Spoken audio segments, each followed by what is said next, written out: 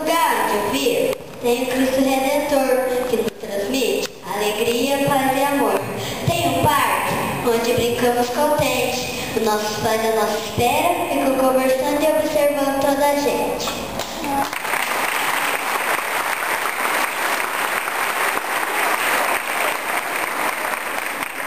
Convido o Dr. Ismar Medeiros para que faça entrega dos certificados de participação, troféus e coletâneas como premiação à poeta classificada.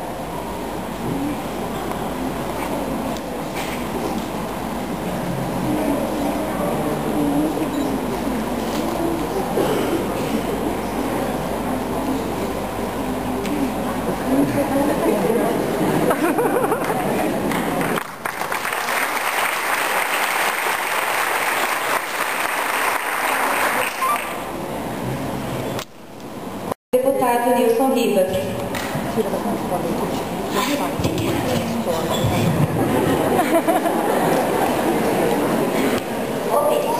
Medo eu já tive, medo eu terei, mas alegria eu nunca perderei. Hoje acordei cedo, com medo no coração, na janela olhei para o céu e fiz uma oração.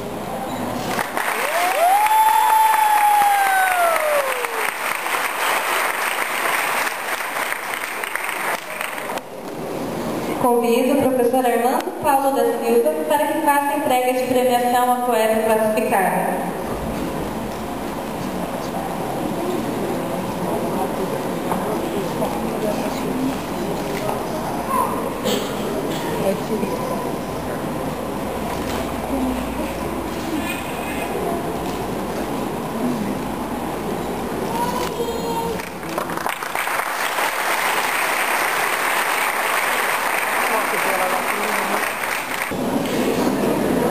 A minha cidade foi crescendo em volta de uma ferrovia, nela passar, barulhento e devagar, a Maria fumar. O tempo passou, tudo mudou. Hoje ela está quieta, parada, em frente aos seus eventos para lembrar o passado, guardando a nossa história.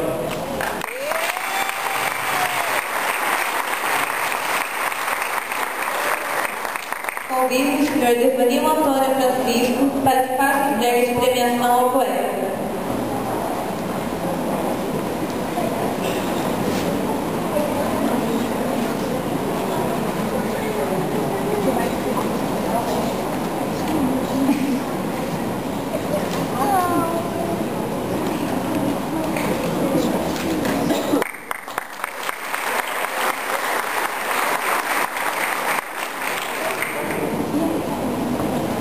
Chamamos Jonathan Fernandes, da escola